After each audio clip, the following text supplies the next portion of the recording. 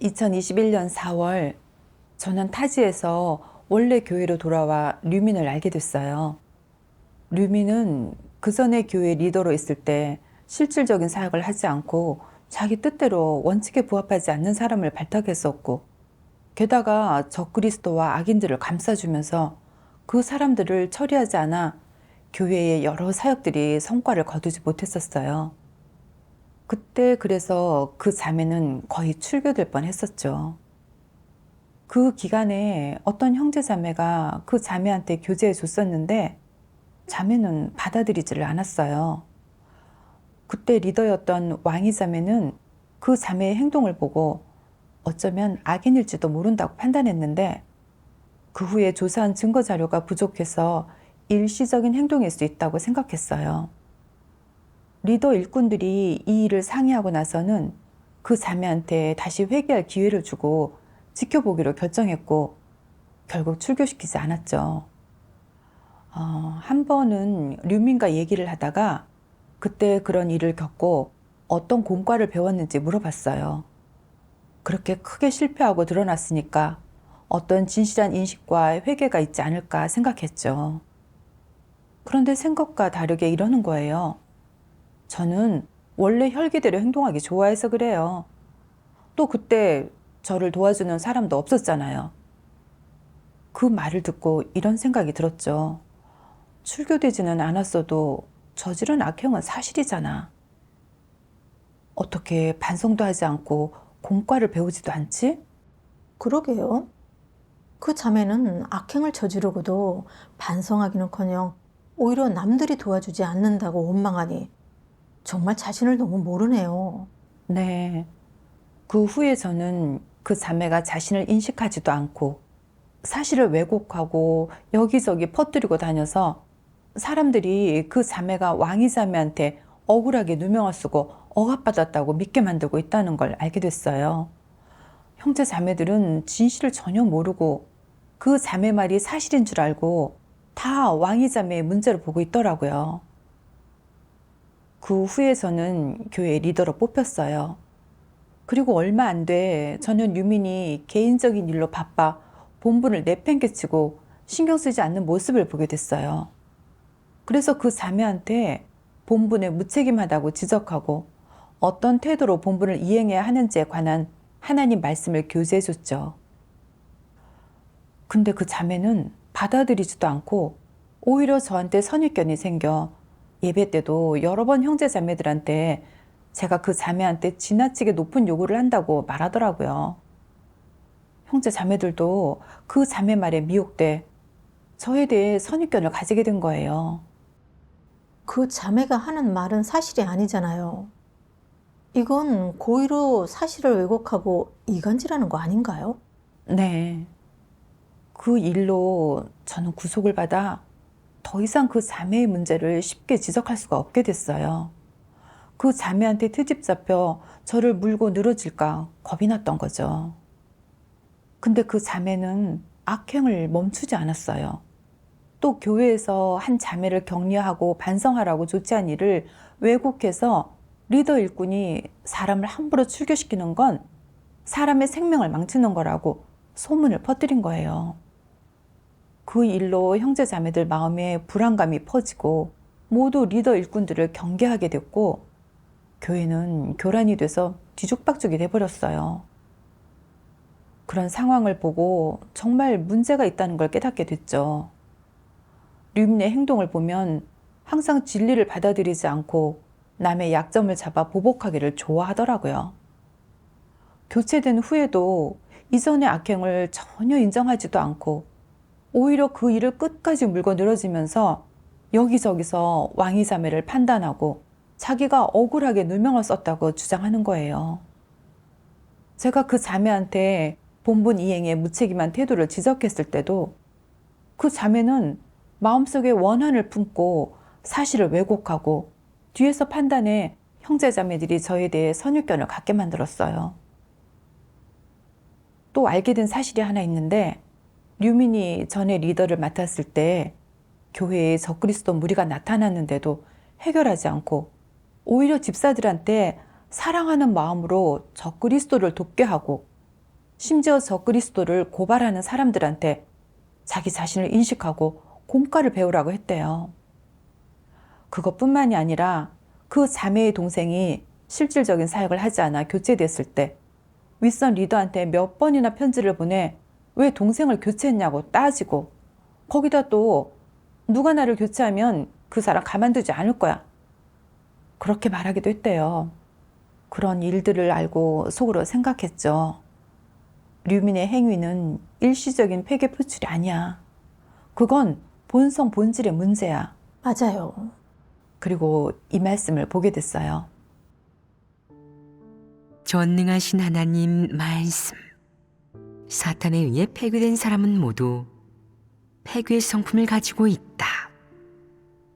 하지만 그들 중 일부는 그저 성품이 폐괴된 것에 그치는 데 반해 그렇지 않은 사람도 있다.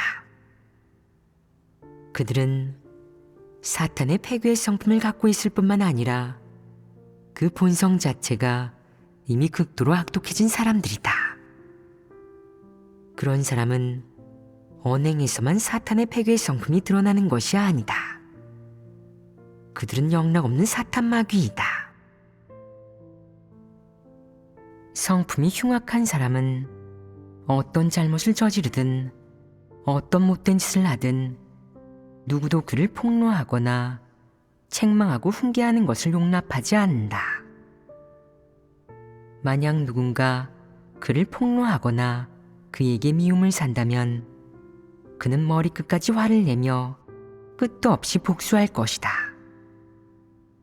그는 사람에 대해 티끌 만한 인내심도, 관용도, 포용도 없다. 그의 사람됨의 원칙은 무엇이냐?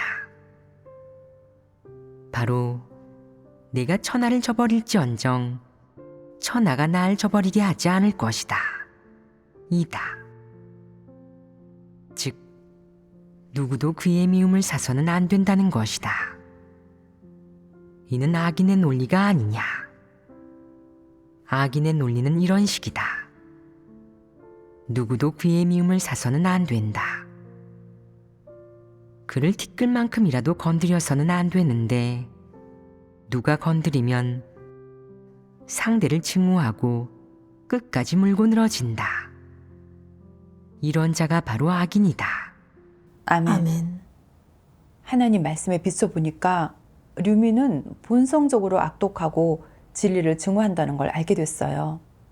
적그리스도와 악인을 일관되게 두둔하고 자주 남의 약점을 찾고 문제를 일으키고 분쟁을 조장했고, 누군가 그 자매한테 하는 제안이나 행동이 자기 이익을 건드리면 갖은 방법으로 판단하고 보복하고 교회에서 이간질하고 교회 생활을 교란했어요. 여러 번 교제하고 도움을 줘도 회개하지를 않았고요. 그 자매의 일관된 행동을 봤을 때 악인이란 걸 확신했죠. 그 후에 저희는 몇몇 리더 일꾼들과 상의하고 그 자매의 상황을 윗선 리더한테 보고했어요. 그러니 윗선 리더는 저희 보고 그 자매가 교회 생활을 교란하지 못하도록 먼저 격리시키라고 했죠. 그리고 그 자매에 관한 자료를 모으고 나서 형제 자매들과 교제하고 류민을 분별하고 출교시키라고 했어요. 근데 리더의 말에 조금 걱정되더라고요. 지난번에는 증거 부족으로 출교시키지 못했는데 그 자매가 그걸 알고 나서 문제를 일으키고 소란을 피웠어. 지금까지도 왕이 자매를 가만두지 않고 있잖아. 내가 문제를 지적했을 때 그 자매는 받아들이지 않고 오히려 계속해서 사실을 왜곡해서 나를 판단했어. 심지어 그 자매의 동생이 교체됐을 때 만약 다른 사람이 자기를 교체하면 상대를 가만두지 않을 거라고 말한 적도 있잖아. 인성이 그렇게 악한데 만약 자기가 이미 출교된 걸 알면 가만히 안 있고 큰 소란을 피울 거야. 나한테 어떤 불리한 일을 할지 모르잖아. 보복하진 않을까? 내가 어디 사는지도 알고 있는데 홧김에 우리 집에 와서 나랑 다투고 그러다 내가 하나님 믿는 게 이웃 사람들한테 다 알려져 안전상 위험이 생기면 어떡하지? 생각할수록 두렵더라고요. 앞으로의 일을 어떻게 대해야 할지 정말 까마득했어요. 그래서 하나님께 이끌어 달라고 기도드렸죠. 그 후에 이 말씀을 보게 됐어요. 전능하신 하나님 말씀. 적그리스도 부류는 성품이 너무도 흉악하다. 만약 내가 그를 책망하거나 폭로해서 그가 너를 증오하기라도 한다면 그는 독사처럼 너를 물고 놓아주지 않을 것이다. 네가 떨쳐내려 해도 떨쳐낼 수 없고 뿌리치려 해도 뿌리칠 수 없다. 이런 적그리스도를 마주하면 두렵지 않겠느냐? 어떤 사람들은 두려워하며 그를 책망할 엄두가 나지 않습니다. 그는 독하기가 마치 독사 같아서 저를 올가매면 저는 끝입니다. 라고 말하는데 이런 자는 어떤 사람이겠느냐? 이런 사람은 분량이 매우 작은 못난이이지 그리스도의 정예병이 아니며 하나님을 위해 증거할 수도 없다. 이런 적그리스도를 만나면 어떻게 해야겠느냐? 그가 너를 협박하고 내 목숨을 빼앗으려 한다면 두렵지 않겠느냐? 이런 상황을 마주하면 바로 형제자매들과 손을 잡고 함께 일어서서 조사하고 증거를 수집해 적그리스도를 교회에서 제명할 때까지 폭로해야 한다. 이것이 바로 문제를 철저히 해결하는 것이다. 적그리스도를 발견했다면 그가 악인의 몰골을 가지고 있고 사람들을 괴롭히고 혼내고 사람들에게 보복할 수 있다는 것을 분명히 확인했다면 그가 악을 행할 때까지 기다렸다가 증거를 잡은 후 처리해서는 안 된다. 그것은 수동적인 행동으로 이미 손실을 초래한 것이다. 적그리스도가 악인의 몰골, 그 음험하고 악독한 성품을 드러낼 때 그가 막 일을 벌이려고 할 때 처리하여 해결하고 제명하거나 출교하는 것이 가장 좋다. 이것이 가장 현명한 방법이다. 적그리스도에게 보복당할 것이 두려워 그를 폭로하지 못하는 사람들이 있다. 이는 어리석은 것 아니겠느냐? 내가 하나님 집의 이익을 지키지 못하는 것 자체가 하나님에게 충성심이 없는 것이다. 내가 적그리스도에게 약점을 잡혀 보복당할까봐 두려워하는데 이는 어떤 문제겠느냐? 설마 너는 하나님의 공의를 믿지 않는 것이냐? 하나님 집은 진리가 권세를 잡는다는 사실을 모르는 것이냐? 설령 적그리스도가 정말 내 폐괴 문제를 물고 늘어지며 트집을 잡는다고 할지라도 두려워해서는 안 된다. 하나님 집에서는 언제나 진리 원칙에 근거하여 문제를 처리한다. 과오가 있다고 해서 그 사람이 악인이라는 의미는 아니다. 하나님 집에서는 절대 사람의 일시적인 폐괴 표출이나 가끔 저지른 과오를 이유로 그 사람을 처리하지 않는다. 하나님 집에서 처리하는 대상은 늘 교란하고 악을 행하며 진리를 전혀 받아들이지 않는 악인, 적그리스도이다. 하나님 집에서는 좋은 사람을 억울하게 하는 법이 없으며 모든 사람을 공평하게 대한다. 설령 거짓 리더나 적그리스도가 좋은 사람에게 억울한 처사를 했다고 할지라도 하나님 집에서 시정할 것이다. 교회에서는 적그리스도를 폭로하고 정의감을 갖춘 좋은 사람을 절대 제명하거나 처리하지 않는다. 사람은 늘 적그리스도에게 약점을 잡혀 보복당할 것을 두려워하는데 하나님을 노하게 하여 버림받는 것은 두렵지 않은 것이냐? 너는 적그리스도에게 약점을 잡혀 보복당하는 것을 두려워하면서 어째서 적그리스도가 악을 행한 증거를 잡아 그를 고발하거나 폭로하지 않는 것이냐? 그렇게 한다면 하나님의 선민들이 너에게 동조하고 너를 옹호할 것이고, 무엇보다도 하나님이 내 선행과 정의로운 행동을 기억할 텐데 왜 그렇게 하지 않는 것이냐? 하나님 선민은 하나님의 부탁을 마음에 새겨야 한다.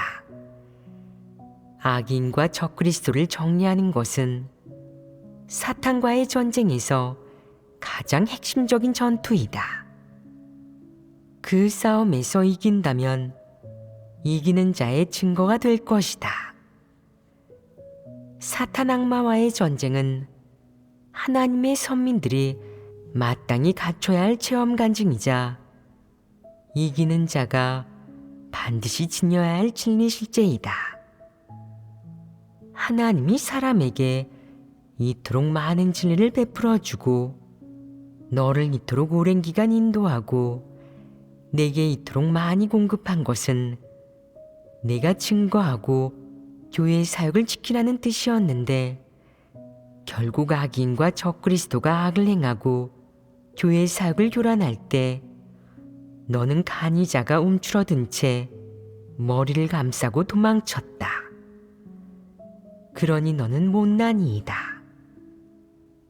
너는 사탄을 이길 수 없고 증거가 없으니 하나님은 너를 혐오한다. 이 중요한 시기에 너는 일어나서 사탄과 싸우고 적그리스도의 악행을 폭로하며 그를 정죄하고 저주하여 고개를 들지 못하게 하고 교회에서 정리하여 내보내야 한다. 그래야 사탄을 이겼다고, 사탄의 운명을 끝냈다고 할 수 있다. 너는 하나님의 선민이고 하나님을 따르는 사람이니 두려워하지 말고 진리 원칙대로 일을 처리해야 한다. 그래야 이기는 자이다. 일이 벌어질까봐 두려워하고 악인과 적그리스도의 보복이 무서워 타협한다면 너는 하나님을 따르는 사람도 하나님의 선민도 아니다. 봉사자보다도 못한 못난이다. 적그리스도는 몹시 지독해서 어떤 일이든 벌일 수 있습니다. 만약 그가 복수하면 저는 어떡합니까? 라고 말하는 겁쟁이가 있는데 그것은 헛소리이다. 적그리스도의 보복이 두렵다면 하나님에 대한 내 믿음은 어디로 간 것이냐? 내가 지금까지 살 수 있었던 것은 하나님의 보호가 아니더냐? 적그리스도 역시 하나님 손에 있지 않으냐? 하나님이 허락하지 않는다면 그가 너를 어찌할 수 있겠느냐? 게다가 적그리스도가 아무리 악할지라도 무슨 능력이 있겠느냐? 하나님의 선민들이 단결하여 그를 폭로하고 처리하는 건 너무 쉬운 일이 아니냐? 어째서 적그리스도를 두려워하는 것이냐? 그런 사람은 못난이로 하나님을 따를 자격이 없으니 집으로 돌아가 자식이나 끌어안고 살아라.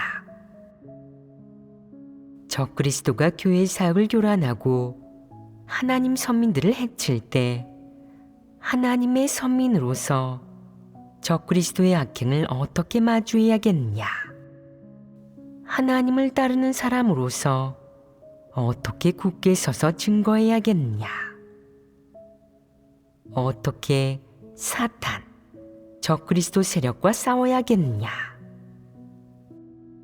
네가 하나님에게 순종하고 충성하는 사람인지, 아니면 방관자가 되어 하나님을 배반하는 사람인지는 적그리스도가 교란하고 악을 행하고 하나님을 대적할 때 완전히 드러난다. 하나님에게 순종하고 충성하는 사람이 아니라면 너는 하나님을 배반하는 사람이다. 다른 선택이 없다. 어리석은 자, 분별력이 없는 자들은 중립적인 입장에 서서 중도파가 되는데, 그런 사람들은 하나님 눈에는 하나님에게 충성심이 없는 사람, 하나님을 배반한 사람으로 보인다. 아멘. 아멘. 하나님 말씀에서 적그리스도와 악인을 폭로하는 건 모든 하나님 선민의 책임이자 의무라고 했고, 또 교회 사역을 지키는 실제적인 모습이라고 밝혔어요. 네. 근데 저는 악인을 폭로하고 처리하는 걸 유독 두려워했어요. 악인을 폭로하면 악인이 독사처럼 저를 휘감아서 떨쳐낼 수 없을 거라고 생각했거든요. 하나님께서 말씀하셨어요. 이런 사람은 분량이 매우 작은 못난이이지 그리스도의 정예병이 아니며 하나님을 위해 증거할 수도 없다. 못난이라는 세 글자에 정말 자책되고 괴롭더라고요. 교회 리더로서 저는 하나님의 마음을 헤아려 교회 사역과 교회 생활이 정상적으로 이루어지도록 지켜야 하는 거잖아요. 근데 류민이 리더 일꾼들이 원칙을 따르지 않고 사람을 출교시켰다고 여기저기에 퍼뜨리고 판단해 형제자매들이 리더 일꾼들에 대해 선입견과 경계심이 생기고 교회 생활이 심각하게 교란받는 상황을 보면서도 저는 원칙에 따라 류민을 처리할 용기가 나지 않았어요. 그 자매가 저를 잡고 끝까지 물고 늘어지며 저를 보복하고 괴롭혀서 곤란해질까 두려웠던 거예요.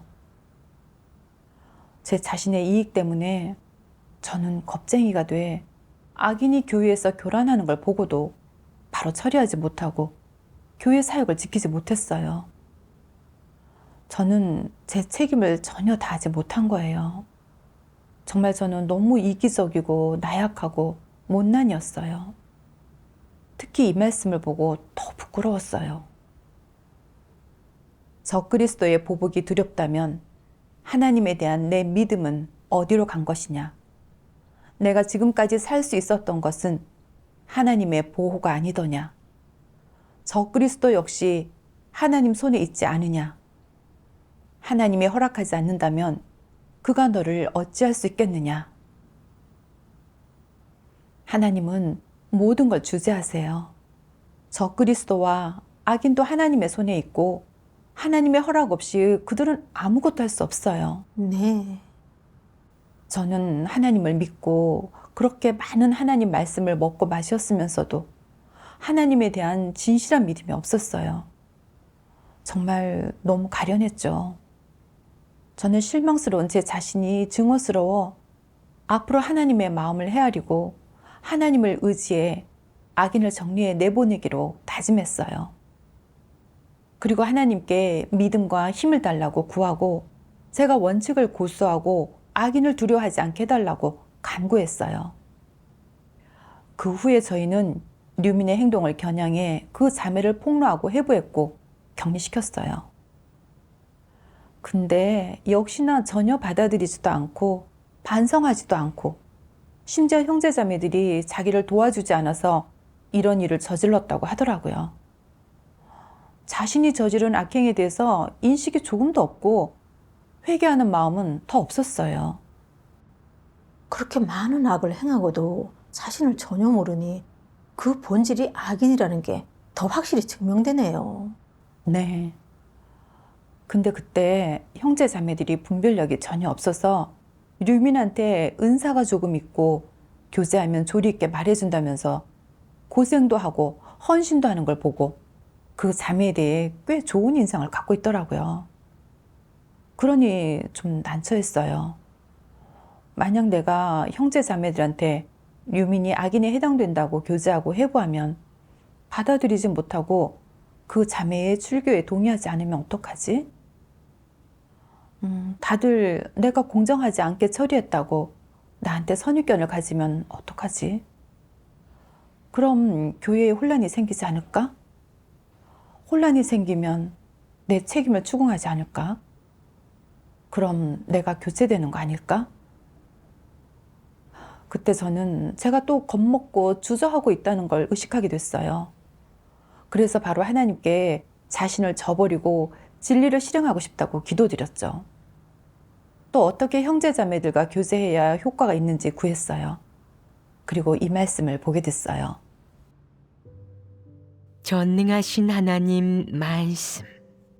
리더 일꾼의 직책 제12조에서 세 번째 요구는 바로 리더 일꾼이 악인의 방해와 교란을 처리하고 해결할 때 하나님 선민과 함께 하나님의 말씀을 먹고 마시며 자신을 반성하고 인식하여 진실하게 뉘우쳐야 하는 것이다. 또한 하나님 선민이 진리 실제에 진입하고 폐괴의 성품에서 벗어나 하나님을 따르고 하나님에게 순종하고 하나님을 증거하도록 이끌어야 하는 것이다. 이렇게 사역해야 하나님의 뜻에 부합한다. 한편으로는 사역을 하는 과정에서 문제를 해결하고 진리로 무장하게 되며 다른 한편으로는 진리를 교제하여 문제를 해결하는 과정에서 형제자매가 진리를 깨닫고 자신을 반성하고 인식하며 폐괴의 성품을 벗어버리고 자신의 본분을 제대로 이행할 수 있도록 어떻게 사람을 분별하고 대해야 하는지를 알게 되어 하나님을 따르고 하나님에게 순종하며 남에게 속박받지 않고 굳게 설 수 있도록 해야 한다. 이것이야말로 리더 일꾼의 본분을 제대로 이행하는 것이다. 이는 리더 일꾼이 교회 사역을 하고 문제를 해결할 때 실행해야 하는 원칙이다. 교회에 어떤 문제가 발생하든 우선 리더 일꾼은 함께 진리를 구하며 하나님의 뜻을 모색하고 하나님의 인도를 구한 다음 관련된 하나님 말씀을 찾아 존재하는 여러 문제를 해결해야 한다. 문제를 해결하는 과정에서 리더 일꾼은 관련된 하나님 말씀을 형제자매와 많이 교제해야 하고 하나님 말씀을 근거로 대조하여 문제의 본질을 인식해야 하며 하나님 선민이 모두 자신의 인식을 교제하여 그 문제를 분별하게 해야 한다. 그로써 대다수 사람의 인식이 일치되어 합의에 이르면 그 문제는 쉽게 해결된다. 문제를 해결하는 과정에서는 사건 경과에 대한 설명만 반복해서도 개별적 상황을 따지거나 문제와 관련된 사람을 원망하기만 해서도 안 된다. 우선 지엽적인 문제는 제쳐두고 진리를 명확히 교제해야 한다. 그러면 문제의 성질이 그에 따라 드러난다. 그래야만 하나님 선민이 하나님의 말씀을 근거로 문제를 분별하는 법을 배우고 발생한 문제와 관련된 사람, 일, 사물을 통해 분별력을 키우며 실제적인 공간을 배울 뿐 아니라 평소에 이해했던 글귀와 도리를 현실에 적용하여 대조함으로써 진정으로 진리를 깨닫게 할 수 있다. 이는 리더 일꾼이 마땅히 해야 할 일이 아니겠느냐. 교회 리더는 하나님 선민을 어떻게 이끌어야겠느냐. 주로는 하나님 선민이 실생활 속에서 문제를 발견하고 해결하도록 이끌어야 한다.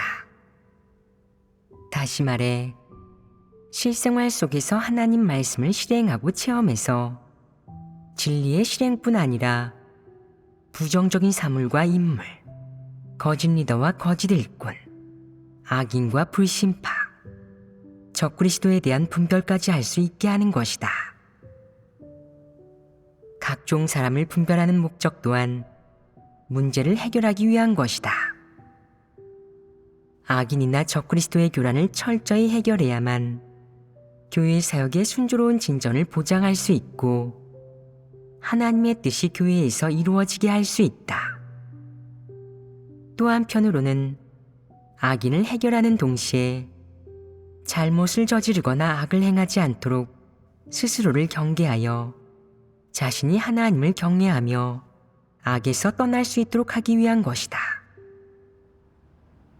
하나님 말씀을 읽고 저는 리더 일꾼의 한 측면의 직책을 깨닫게 됐어요. 바로 악인과 적그리스도가 교회 사역을 방해하고 교란할 때 형제 자매들과 같이 진리를 갖추고 공과를 배워야 해요. 그쵸. 그리고 형제 자매들이 적그리스도와 악인을 분별하는 법을 배우기 위해서 미혹되고 교란되지 않도록 이끌어야 하는 거예요. 맞아요. 또 교회에서 정리 사역을 하는 의미도 깨닫게 해야 해요. 교회에서 불신파, 적그리스도, 악인을 정리해 내보내야 하나님 선민이 평안한 환경에서 진리를 추구하며 본분을 제대로 이행할 수 있어요. 그렇죠. 그걸 깨닫고 이런 생각이 들었어요.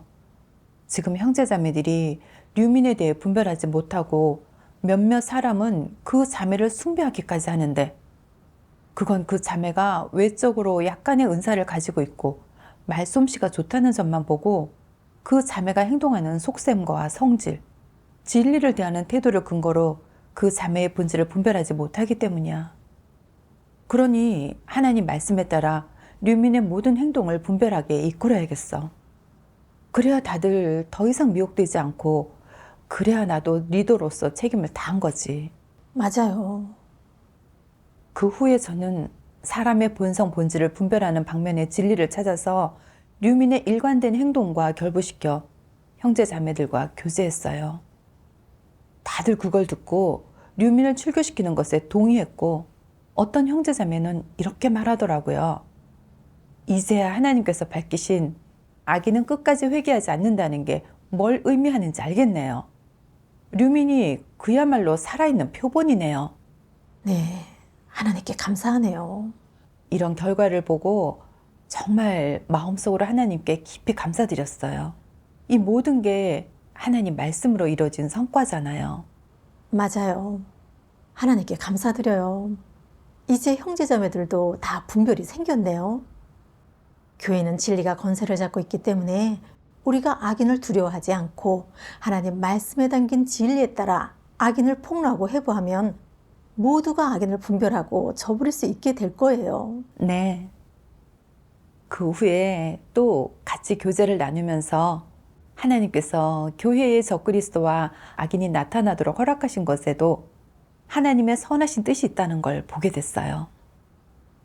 류민의 실제 예를 통해 악인이 어떤 모습을 보여주는지 알게 됐고 또 이건 이론만 말하는 것보다 훨씬 실제적이더라고요. 네, 하나님께 감사하네요. 하나님은 정말 지혜로우세요. 사탄 마귀를 이용해 봉사하게 해서 우리가 실제적으로 분별력을 키우게 하시잖아요. 이것도 우리를 향한 하나님의 사랑이죠. 네. 그 후에 저는 또 왜 매번 악인을 출교해야 하는 상황이 되면 모든 게 두려워 원칙을 지킬 용기가 나지 않았는지 반성해 봤어요. 그때 이 말씀을 받죠. 전능하신 하나님 말씀. 사람이 하나님의 사역을 체험하고 진리를 깨닫기 전까지는 사탄의 본성이 사람의 내면에서 주도권을 잡고 사람을 지배한다. 그 본성에는 구체적으로 어떤 것들이 있겠느냐? 예를 들어 너는 왜 이기적으로 구는지, 왜 자신의 지위를 지키려 하는지, 왜 그렇게 정에 치우치는지, 왜 그 불의한 것과 악을 좋아하는지, 그러한 것들을 좋아하는 근거는 무엇인지, 그것들은 어디에서 왔는지, 너는 왜 그것들을 받아들이기 좋아하는지 등이 있다. 너희는 그것이 주로 사람의 내면에 사탄의 독소가 들어있기 때문이라는 것을 이제 알았다. 사탄의 독소는 무엇이냐? 어떻게 표현할 수 있느냐? 예를 들어 내가 사람은 어떻게 살아야 합니까? 사람은 무엇을 위해 살아야 합니까? 라고 물으면 사람들이 모두 스스로를 위하지 않는 자는 천벌을 받는다 라고 대답할 것이다. 이 말은 문제의 근원을 보여준다. 사탄의 철학이나 논리는 이미 사람의 생명이 되었다. 사람이 무엇을 추구하든 사실 모두 자기 자신을 위한 것이다. 그러므로 사람은 모두 자신을 위해 살아가는 것이다. 스스로를 위하지 않는 자는 천벌을 받는다 라는 이 말은 사람의 생명 철학으로 사람의 본성을 대변하기도 한다. 이 말은 이미 폐괴된 인류의 본성이 되었다. 바로 폐괴된 인류의 사탄 본성을 생생하게 묘사한 말인 것이다. 사탄의 본성은 이미 완전히 폐괴된 인류의 생존의 토대가 되었다.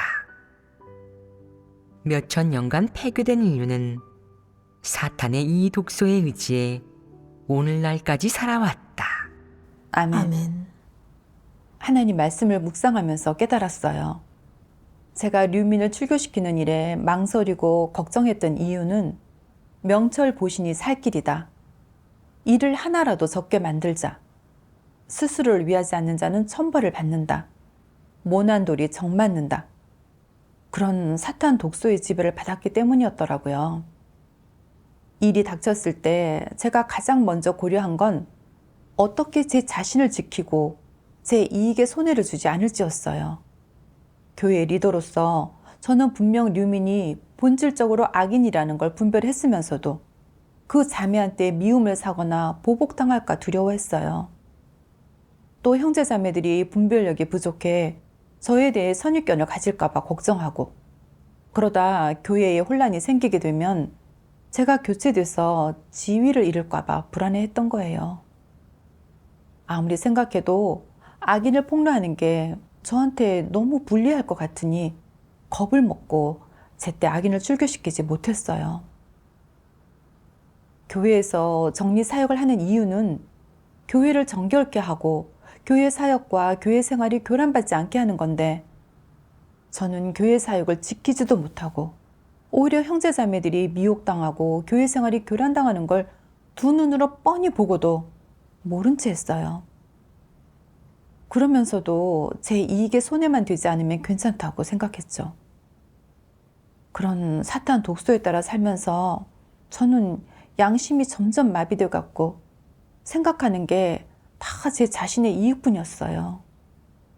생각할수록 제 자신이 너무 이기적이고 비열하고 하나님에 대해 조금의 충성심도 없고 정말 너무 인성이 없다는 걸 더 느끼게 됐어요. 그때 이런 사탄의 독소에 따라 행동하는 게 바로 하나님을 대적하는 거고 사탄의 심부름꾼이 돼 교회 사역을 방해하는 거라는 걸 깨달았어요. 그런데 계속 회개하지 않는다면 더 큰 악을 저지를 수밖에 없고 결국 언젠가는 하나님께 혐오받고 도태되는 거겠죠. 네.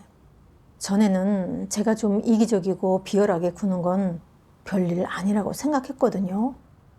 딱히 심각한 결과를 초래할 것 같지도 않았고요. 근데 오늘 이렇게 교제하면서 보니까 이기적이고 비열하게 구는 건 결국 악을 행하고 하나님을 대적하게 만드는 거였네요. 저도 이제는 이 문제를 해결하는데 정말 신경 써야겠어요. 네. 또 이번에 원칙을 지키지 못한 또 다른 이유가 생각나더라고요. 바로 제가 악인을 처리하는데 실패해 혼란을 초래하면 교체될 거라고 생각했기 때문이에요. 이 문제를 놓고 하나님께 구하다 이 말씀을 봤어요. 전능하신 하나님 말씀. 하나님 집에서 본분을 이행할 수 있는 사람은 반드시 교회 사역에 부담이 있는 사람, 책임감이 있는 사람, 진리 원칙을 견지할 수 있는 사람, 고생하며 대가를 치를 수 있는 사람이어야 한다. 이 몇 가지를 갖추지 않은 자는 본분 이행에 적합하지 않다. 그런 자는 본분이행의 조건을 갖추지 않은 것이다. 수많은 사람이 본분을 이행하면서 책임지기를 두려워한다. 그는 속으로 내가 그 일을 했다가 마지막에 실수라도 하면 어떡해? 책임을 추궁하면 내가 처리되지 않겠어?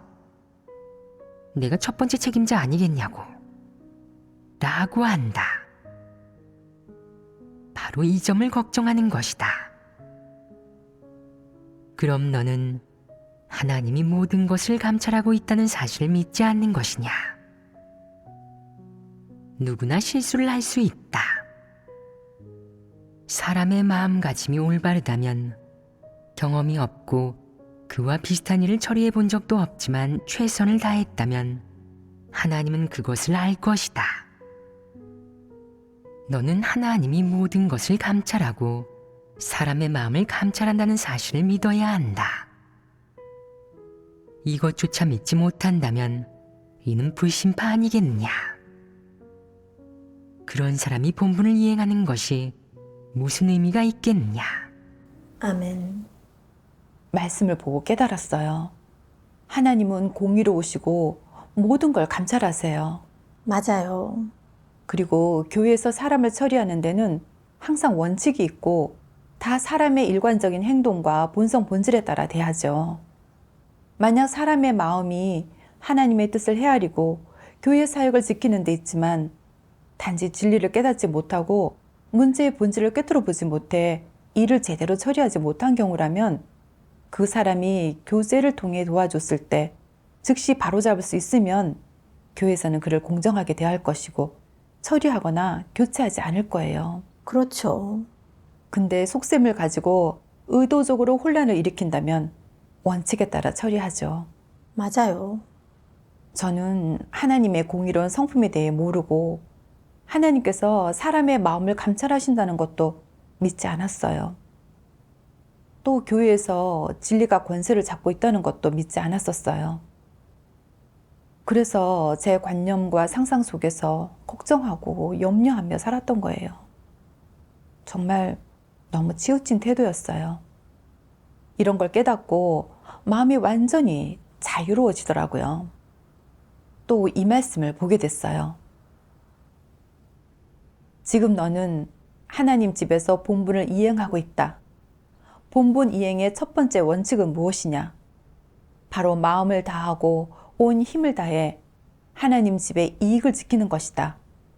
이것이야말로 진리 원칙, 내가 실행해야 할 원칙이다.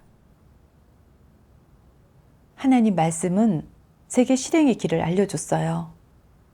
그 후에 또 일이 닥쳤을 때는 하나님의 마음을 헤아리고 진리 원칙대로 실행해 교회 사역을 지켜야겠다고 생각했어요.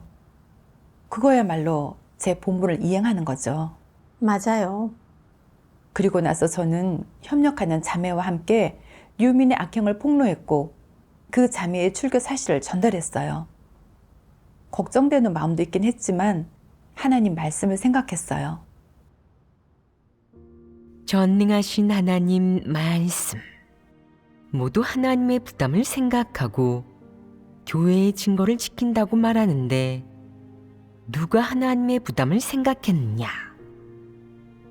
스스로에게 물어보아라. 내가 하나님의 부담을 생각하는 사람이냐? 너는 하나님을 위해 공의를 실행할 수 있느냐? 나를 위해 일어나 말할 수 있느냐? 진리를 확고부동하게 실행할 수 있느냐? 사탄의 모든 행위에 용감하게 맞서 싸울 수 있느냐? 나의 진리를 위해 감정에 휘둘리지 않고 사탄을 폭로할 수 있느냐? 내 마음이 너에게서 만족을 얻도록 할 수 있느냐? 결정적인 순간에 내 마음을 내놓았느냐? 너는 내 뜻대로 행하는 사람이냐? 스스로 많이 자문하고 많이 묵상해 보아라. 하나님 말씀 한마디 한마디 질문에 사람에 대한 하나님의 기대가 들어있어요. 하나님은 저희가 하나님의 마음을 헤아리고 원칙을 고수해서 용감하게 악인을 폭로하길 바라세요. 그렇죠. 그래서 더 이상 하나님을 실망시켜 드리고 싶지 않아 진리를 실행해 교회 사역을 지켜야겠다고 생각했어요. 협력하는 자매와 한마음 한뜻으로 하나님께 기도드리고 하나님 말씀을 결부해 류민의 문제를 폭로하고 해부했어요. 류민은 역시 자신을 인식하지 못했지만 다른 말은 하지 못하더라고요. 하나님께 감사하네요. 그런 결과를 보고 마음속으로 하나님께 정말 감사드렸어요. 하나님은 공의로우세요. 교회는 정말 진리가 권세를 잡고 있어요. 착한 사람을 억울하게 만드는 법도 없고 악인을 그냥 넘기는 법도 없거든요. 맞아요. 이런 일을 겪고 저는 제 폐괴 성품에 대해 약간의 인식이 생겼고 하나님에 대한 믿음도 조금 생겼고 진리를 실행하고 나서 느낄 수 있는 편안함을 경험했어요. 하나님께 감사드려요. 하나님께 감사드려요.